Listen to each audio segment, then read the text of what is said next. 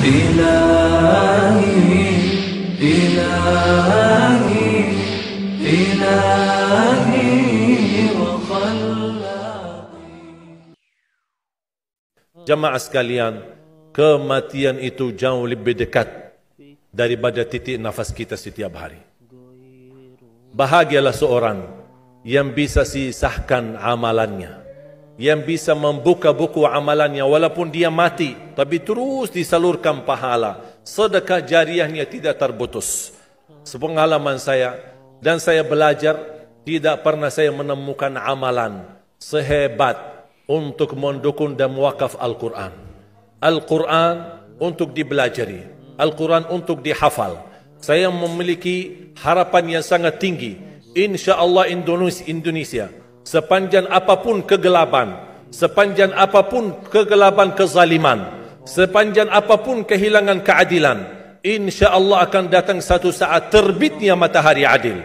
Dan InsyaAllah Indonesia akan menjadi negara Al-Quran.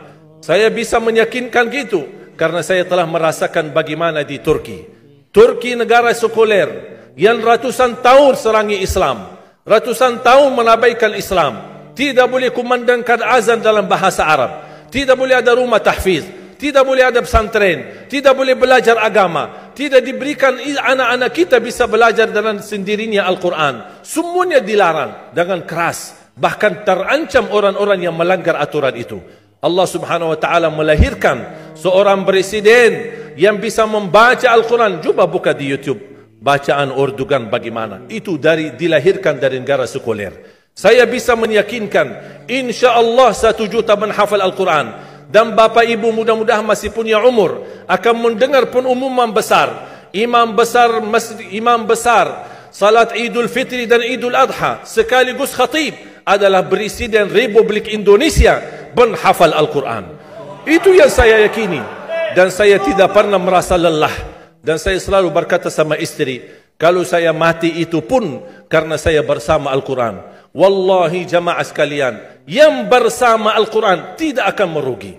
Berkah rizkinya, berkah umurnya, terjamin kebahagiaan. Allah subhanahu wa ta'ala hanya minta satu, berkenan bersama Al-Quran di dunia. Apa yang kita dapat? Apa yang akan dibalas? Akan Al-Quran temani kita di dunia, akan temani kita saat sakratul maut, akan temani kita di kuburan membela kita, akan menemani kita saat kita dibangkit oleh Allah, akan menemani kita saat hisab, akan menemani kita saat berjalan di atas sirat yang sangat tipis dan panjang, bahkan tajam jalanannya. Begitu sampai ke surga, apakah Al-Quran melepas? Tidak akan melepas. Al-Quran masih berkenan, padahal kita hanya cuma sekali berteman sama Al-Quran di dunia. Dia begitu luar biasa panjangnya bertemanan sama kita sampai ke surga. Bahkan akan temani kita masuk surga. Sebagaimana bersabda Rasulullah SAW, yuqalu liqari'il Quran, ahlul Quran di dunia yang kesibukannya baca, kesibukannya hafal, tidak membuangkan waktu sia-sia, selalu bersama Al-Quran. Allah suruh dia, bacalah dalam surgamu, naik derajatmu. Baca, naik lagi. Tambah lagi baca, naik lagi. Sampai di posisi mana pun anda berhenti baca, disitulah posisimu di dalam surga. Bagaimana kata Siti Aisyah di riwayat Imam Muslim, jumlah tingkatan-tingkatan dalam surga Allah sesuai jumlah ayat Al-Quran. Oleh karena itu tidak ada yang lebih tinggi di dalam surga Allah daripada Ahlul Quran. Cukuplah bahagia Ahlul Quran ketika di hari kiamat dipanggil. Semua manusia dibangkitkan oleh Allah. Malaikat memberikan pengumuman, mana Ahlul Quran? Berdiri, rapat, berdekatan. Mereka maju, mau bawa kami ke mana? Kalian terpilih menjadi orang yang terdekat sama Allah. Karena Ahlul Quran adalah keluarga Allah subhanahu wa ta'ala. Bukan hanya kita sendiri yang mendapatkan anugerahnya dan manfaatnya.